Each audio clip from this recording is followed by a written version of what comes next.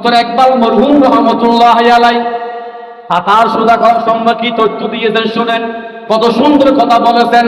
তিনি বলেন, আগিয়া আইনে লড়াই মেয়া গর ওয়াক্তে নামাজ, আগিয়া আইনে লড়াই মেয়া গর ওয়াক্তে নামাজ, কেবলা রূহু के ज़मी बूस हुए कौम हिजाज। एक ही सफ में खड़े, एक ही सफ में खड़े हो गए महमूद वयास। न कोई बंदा रहा और न कोई बंदा नवाज। बंदा वो साहिब मुह ताज गनी एक हुए, तेरे सरकार में पूछे तो सभी एक हुए। अय्युहल्लज़ीना आमनू इज़ा कुमतुम इलस्सलाति فاغسلوا وجوهكم وأيديكم إلى المرافق وامسحوا برؤوسكم وأرجلكم إلى الكعبين صدق الله مولانا العظيم وصدق رسوله النبي الحبيب الكريم। খুতবায়ে প্রশ্ননা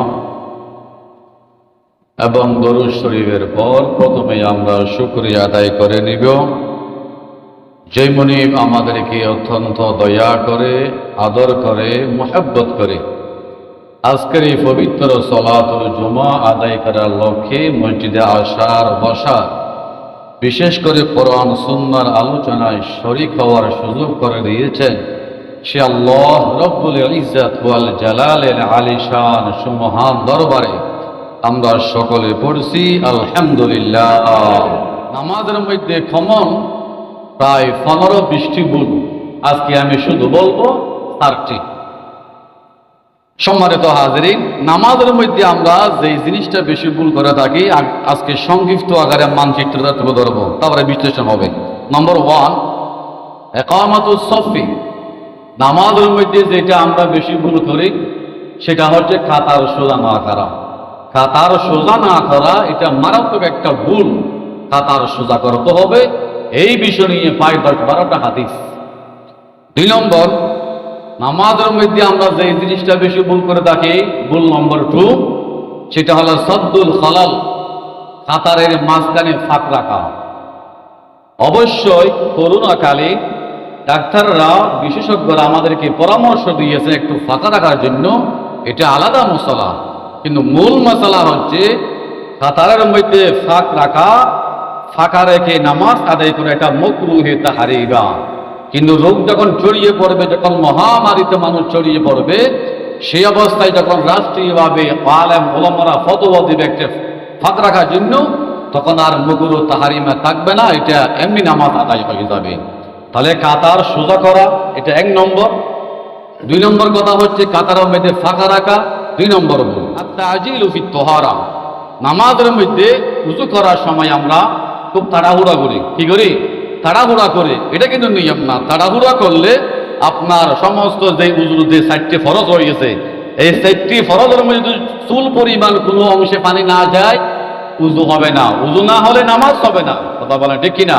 আল্লাহ পাক বলেছেন, ওযুর ফরজ কি কোরআনে লেখা আছে। আল্লাহ পাক বলেন, ইয়া আইয়ুহাল্লাযীনা আমানু ইযা কুমতুম ইলাস সালাতি ফাগসিলু ওয়াজুহাকুম ওয়া আইদিয়াকুম ইলাল মারাফিক ওয়ামসাহু বিরুসিকুম وامسحوا برؤوسكم وأرجلكم إلى الكعبين। আল্লাহু আকবার। আল্লাহ পাক রব্বুল আলামিন বলেছেন, যখন আমার কোন ঈমানদার বান্দারা নামাজ পড়ার জন্য ইচ্ছা পোষণ করবে, নামাজের ইচ্ছা করবে, নামাজ পড়ার জন্য খেয়াল করবে, ওযু না করে নামাজ পড়লে তো আদায় হবে না। খবরদার, ফাগসিলু ওয়াজুহাকুম, তোমার চেহারা ধুয়ে ফেলো। 2 নম্বর, তোমার 2 হাত কোনই পর্যন্ত ধুয়ে ফেলো। তোমার মাথার 4 ভাগের 1 ভাগ মুছে করো।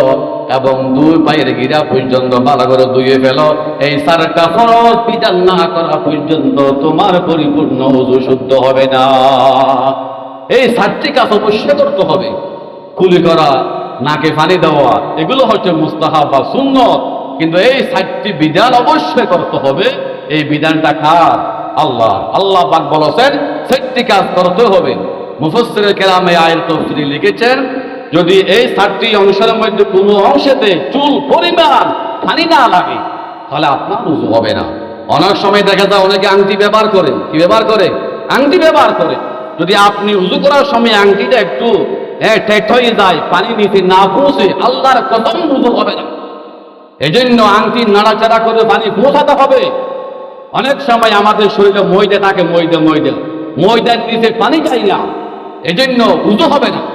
আল্লাহ পাক বলেছে 4টি অংশ অবশ্যই দ্রুত করতে হবে। এটা না করলে ওযু হবে না, ওযু না করলে নামাজ হবে না।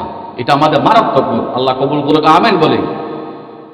আল্লাহ রাসূল সাল্লাল্লাহু আলাইহি ওয়াসাল্লাম এক সময় একজন ব্যক্তির ওযুর অবস্থা দেখলেন, ওযু তাড়াহুড়া করে করলো।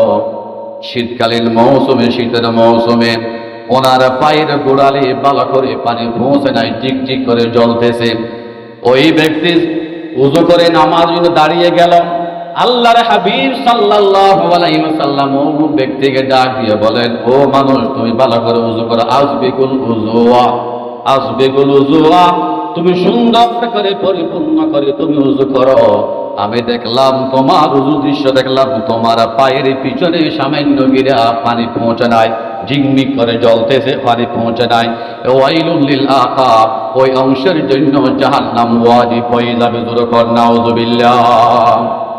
আল্লাহ রাসূল বলেছেন, ও সাহাবী শুনে রাখো, আমি রাসূল বললাম, যদি কোনো নামাজি মানুষ কোন কারণে, কোন অপরাধের কারণে যদি জাহান্নামের আগুনে যেতে হয়, আল্লাহর হাবিব বলেছেন, যে কপাল দিয়ে আল্লাহকে সিজদা করেছেন, যে হাতের তালু ব্যবহার করেছেন, যে আপনার পায়ের কোনই ব্যবহার করেছেন, হাতের কোনই ব্যবহার করেছেন, যে সমস্ত অঙ্গ প্রত্যঙ্গ আপনি উযু করা অবস্থায় ব্যবহার করেছেন, সিজদা দেওয়া অবস্থায় ব্যবহার করেছেন, আল্লাহর কসম রাসূল বলেছেন, জাহান্নামের আগুনে যাওয়ার পরও জাহান্নামের আগুন ওই সমস্ত স্থানে স্পর্শ করতে পারবে না।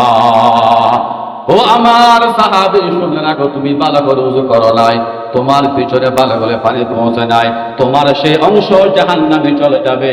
একটু ভালো করে ওযু করলে তোমার জন্য জাহান্নামের আগুনটা হারাম হয়ে যাবে। আল্লাহু আকবার বলেন। এই জন্য তাড়াহুড়া করে ওযু করা যাবে? আমার 4টি ফরজ আদায় হয়েছে কিনা চেক করতে হবে।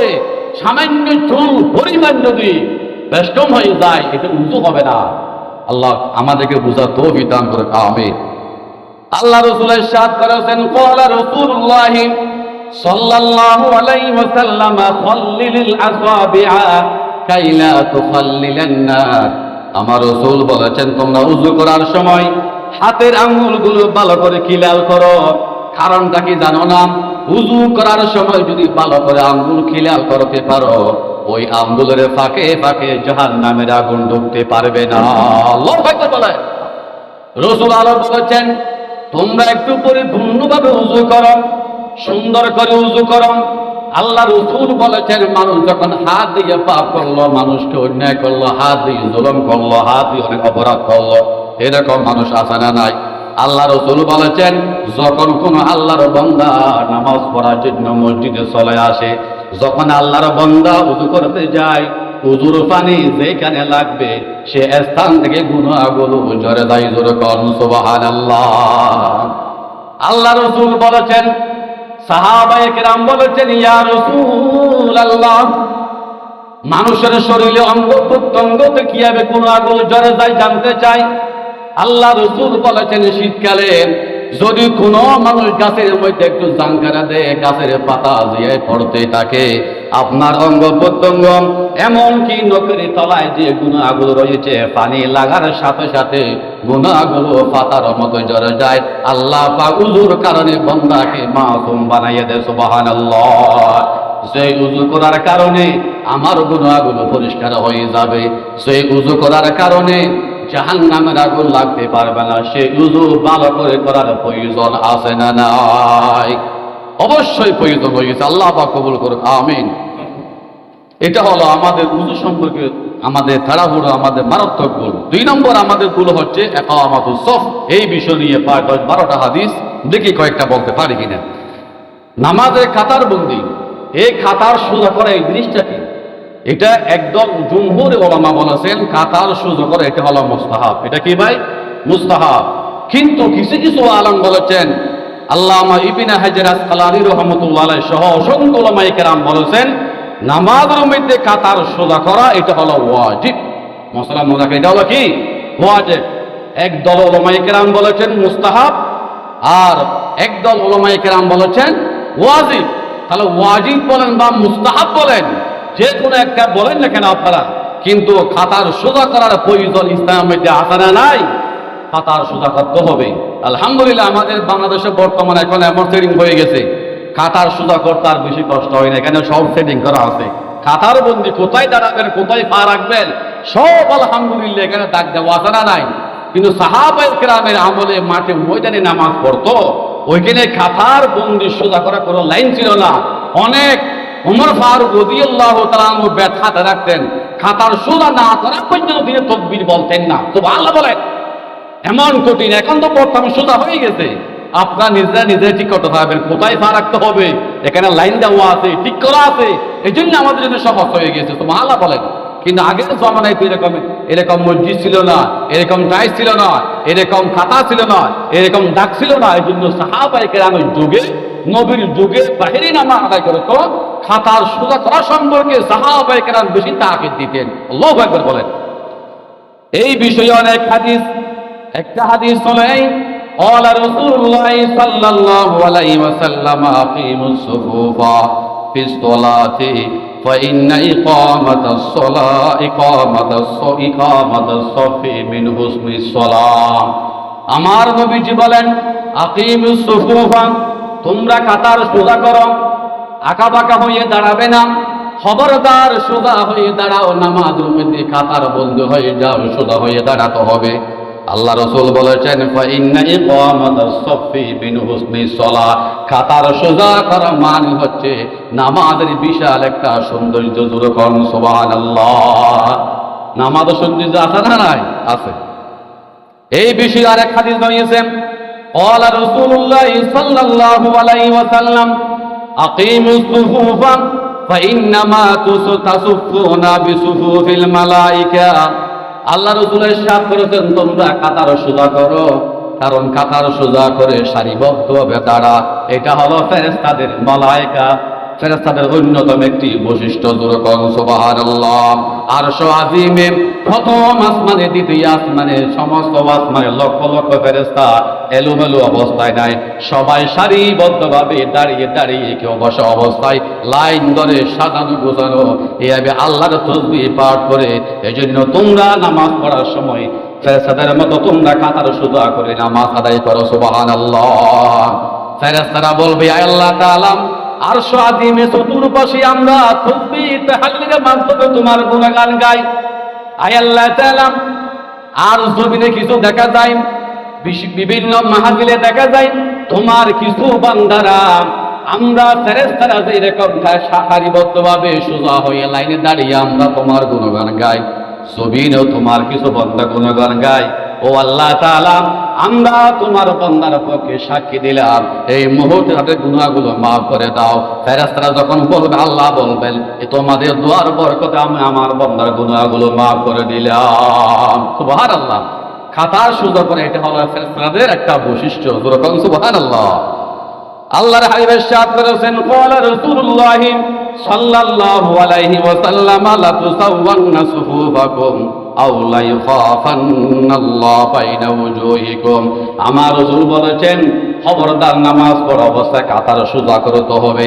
যদি কাতার সোজা না করে একটু বাহাতি করে, যদি একটু তুমি বিশাল বড় বিরোধাকে একটু সামনে অগ্রসর হয়, তোমার সিনা মোবারক যদি একটু বাহিরে এক হাত এক বিঘে চলে যায়, আল্লাহর হাবিব বলেছেন কালকে কিয়ামতের ময়দানে তোমার চেহারা বিশ্রী হয়ে যাবে। জোরে বল নাউযুবিল্লাহ। তোমার চেহারা বিশ্রী হয়ে যাবে, তোমার চেহারা পরিবর্তন হয়ে যাবে যদি কাঁধা থেকে তোমার সিনা এক বিঘে সামনে চলে আসে। একদম সোজা যেভাবে সুতা দিয়ে মানুষের মাপের সুতা বরাবর সুতা হতে হবে, কোনো ব্যতিক্রম করা যাবে না। এটা হলো গুরুত্বপূর্ণ একটি নামাজের জিনিস, যে জিনিসটা আমরা ভুল করে থাকি। আল্লাহর হাবিব ইরশাদ করেছেন, ক্বালা রাসূলুল্লাহ সাল্লাল্লাহু আলাইহি ওয়াসাল্লাম, ইস্তাউ ওয়া লা তাখতালিফু ফাতাখতালিফু কুলুবাকুম। আল্লাহর হাবিব বলেছেন, ইস্তাউ সুফুফাকুম, তোমরা কাতার সোজা করো, সাউ সুফুফাকুম, তোমরা কাতার কি সোজা করো। কারণ যে সমস্ত ব্যক্তিরা কাতার সোজা করবে না, কাল কিয়ামতের ময়দানে আমি আর রাসূল বেশি ভয় লাগে তাদের অন্তরটা বাঁকা হয়ে যাবে। জোরে কোন নাউযুবিল্লাহ। যে সমস্ত মানুষের অন্তরটা বাঁকা হয়ে যাবে, জাহান্নাম ছাড়া আর কোনো উপায় থাকবে না। এই জন্য কাতার সোজা করা এটা নামাজের সৌন্দর্যের মধ্যে একটা বিশাল সৌন্দর্য। সুবহানাল্লাহ। এই জন্য অন্তর একবার মরহুম রহমতুল্লাহ আলাইহি কাতার সোজা করার সম্পর্কে কি তথ্য দিয়েছেন শুনেন, কত সুন্দর কথা বলেছেন। তিনি বলেন, আগিয়া আইনে লড়াই মেয়া গর বকতে নামাজ, আগিয়া আইনে লড়াই মেয়া গর বকতে নামাজ, কেবলা রুহু के जमी बूस हुए कौम हजाज। एक ही सफ में खड़े, एक ही सफ में खड़े हो गए महमूद वयास। न कोई बंदा रहा और न कोई बंदा नवाज। बंदा वो साहिब मुह ताज गनी एक हुए, तेरे सरकार में पूछे तो सभी एक हुए। सुबहानाल्लाह। ডক্টর ইকবাল রহমতুল্লাহ তিনি এই কথা বলেছেন, কাতার সোজা করার মধ্যে একটা গুরুত্বপূর্ণ জিনিস দেখা যায়।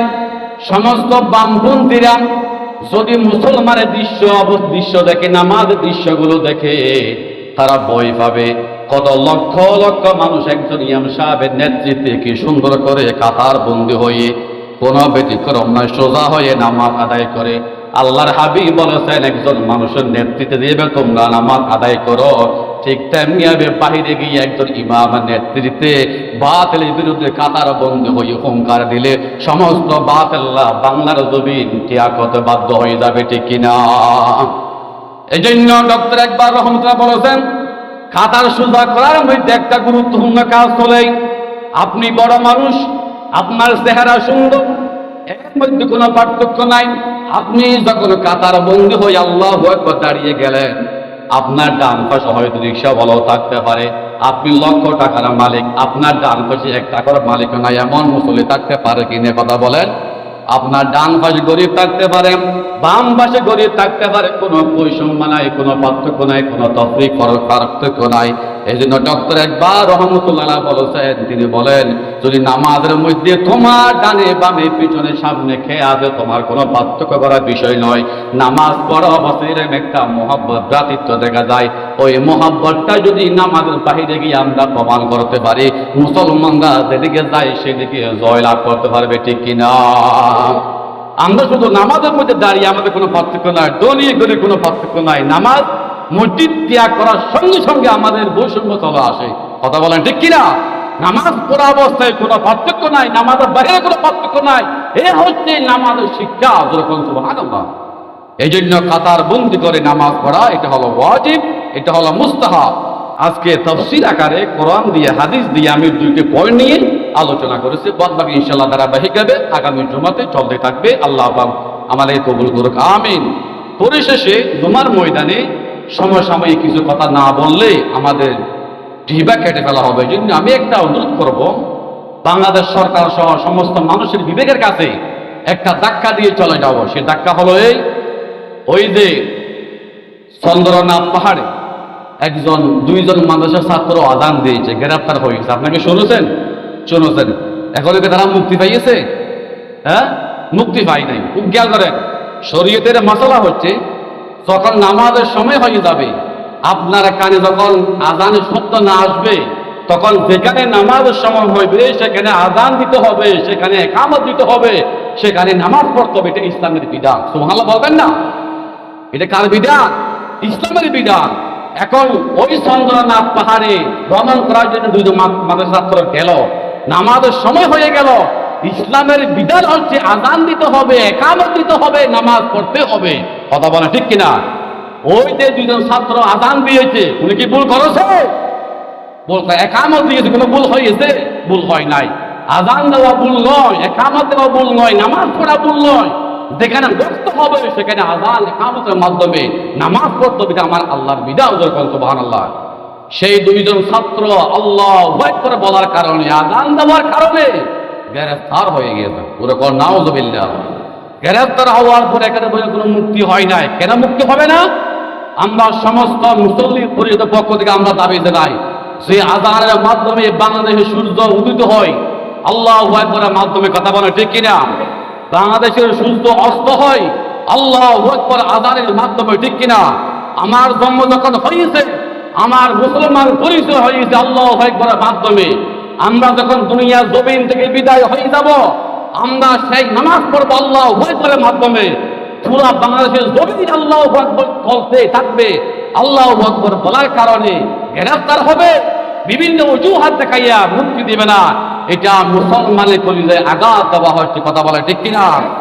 আমরা দাবি জানাই, বাংলাদেশের বেশ্য মহিলা যদি পরিমণি লক্ষ লক্ষ টাকার মালিক দিয়ে মুক্তি পেতে পারে, কেন আযান দেওয়ার কারণে দুইজন মাসুম বাচ্চা কোরআনে হাফেজ নামাজ পড়ার কারণে, আযান দেওয়ার কারণে কেন মুক্তি হয় নাই? আমরা সরকারের কাছে যে সমস্ত ব্যক্তিরা এই জিনিসটা দায়িত্ব নিয়েছেন তাদের বিবেকে আমরা প্রশ্ন রাখবো, খবরদার মুসলমানের ঈমান নিয়ে আপনারা খেলা করবেন না। মুসলমান যখন হুঙ্কার দিবে আর পালানোর জায়গা থাকবে না, কথা বলে ঠিক কিনা? তারা যেখানে আছেন আমার স্লোগান হতে হবে আল্লাহু আকবার। কিসের মাধ্যমে? আমরা সকাল করবো আল্লাহু আকবার, বিকাল করবো আল্লাহু আকবার, নামাজ পড়বো আল্লাহু আকবার, আমার শেষ নামাজ হবে আল্লাহু আকবারের মাধ্যমে, কথা বলে ঠিক কিনা? এই জন্য যত পারেন আযান দিবেন বেশি বেশি। এটা ইসলামের কাজ করেছে, অন্যায় কোনো কাজ করেন নাই। আল্লাহর কসম, অন্যায় করে তারা বলেছে আযান ভক্ত নামাজের সময় হয়েছে, আমরা কিতাবে বলেছি আযান দিতে হবে, ইকামত দিতে হবে, নামাজ পড়তে হবে। আমরা এতটুকু কাজ করি, কোনো কিছু আমরা অন্য কিছু খেয়াল করে আযান দিই নাই। খেলে গ্রেফতার হবে। আল্লাহ সবাইকে বুঝার তৌফিক দান করুক, আমিন। ওয়া আখিরু দাওয়ানা আনিল হামদুলিল্লাহি রাব্বিল আলামিন। আসসালামু আলাইকুম ওয়া রাহমাতুল্লাহ।